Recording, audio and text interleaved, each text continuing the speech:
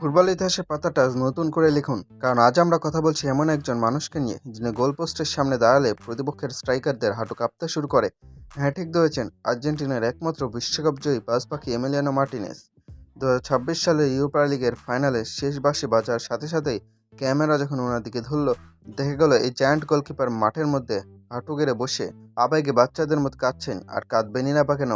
এই জয়ের মধ্য দিয়ে এমি মার্টিনেজ ফুটবল দুনিয়ায় এমন এক অবিস্মরণীয় এবং অবিশ্বাস্য রেকর্ড গড়লেন, যা হয়তো আগামী 100 বছরেও কেউ ভাঙতে পারবে না। এই রেকর্ডটা কি জানেন? এমি মার্টিনেজ ওনার ক্যারিয়ারে এ পর্যন্ত যতগুলো ফাইনাল ম্যাচ খেলেছেন, তার একটিতেও তিনি হারেননি। হ্যাঁ বস, 100% উইন রেকর্ড। ফাইনাল মানে যেন এমিলিয়ানো মার্টিনেজের একক রাজত্ব। চলুন এক নজরে দেখে নেওয়া যাক এমির সেই অপরাজেয় ফাইনালগুলোর তালিকা, যা দেখলে যে কোনো ফুটবল ভক্তের মাথা ঘুরে যাবে। 2020 সালের এফএ কাপ আর্সেনালের হয়ে চেলসিকে হারিয়ে ওনার এই রূপকথার শুরু। 2020 সালে কমিউনিটি শিল্ড লিভারপুলের মতো দানব দলকে ট্রাইবেরিকারে হারিয়ে ট্রফি জয়। 2021 সালে কোপা আমেরিকা মারাকানা স্টেডিয়ামে নেইমারকে এবং তার ব্রাজিলকে কাঁদিয়ে আর্জেন্টিনা হয়ে প্রথম আন্তর্জাতিক ট্রফি। 2022 সালে ফিনালিজিমা ইউরো চ্যাম্পিয়ন ইতালিকে পাত্তাই না দিয়ে 3-0 গোলের জয়। 2022 সালে লুসাইল ফাইনাল ফ্রান্সের বিপক্ষে ইতিহাস সেরা বিশ্বকাপ ফাইনাল। কোলোমুয়ানির সেই শট সেপ আর ট্রাইবেকারের ডান্স তা কেউ কোনোদিন ভুলবে না।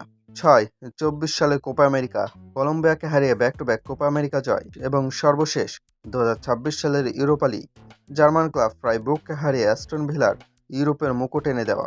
এফএ কাপ থেকে শুরু করে বিশ্বকাপ আর ইউরোপা লিগ, এমি মার্টিনেজ প্রমাণ করে দিয়েছেন ম্যাচ যত বড় চাপ তত বেশি, এই মানুষটা তত বেশি ভয়ঙ্কর।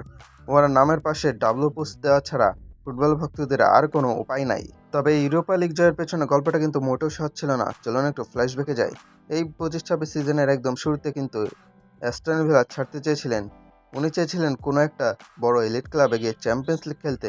ওনার প্রতি ম্যানচেস্টার ইউনাইটেড আর বার্সেলোনার মতো জায়ান্ট ক্লাবগুলো প্রথমে বেশ ভালোই আগ্রহ দেখিয়েছিল, কিন্তু আলটিমেটলি ফুটবল ট্রান্সফার মার্কেটে নাটকীয়তা ইউনাইটেড আর বার্সা এমিকে বাদ দিয়ে সাইন করায় ল্যামিনেস আর গার্সিয়াকে। এরপর দুনিয়ার আর কোনো বড় ক্লাব আর্জেন্টিনার বিশ্বসেরা গোলকিপারকে নেওয়ার সাহস বা আগ্রহ দেখায়নি। ফলস্বরূপ বেশ কিছুটা মন খারাপ নেই এই সিজনে ওনাকে অ্যাস্টন ভিলাতে থেকে যেতে হয়েছিল। অনেকে তখন ওনাকে নিয়ে ট্রল করেছিল বিশ্বকাপ জিতলে কি হবে, বড় ক্লাব তো ওনাকে গোনায় ধরে না। কিন্তু মাথায় আছে না ভাই, অনেক সময় যা হয় তা ভালোর জন্যই হয়।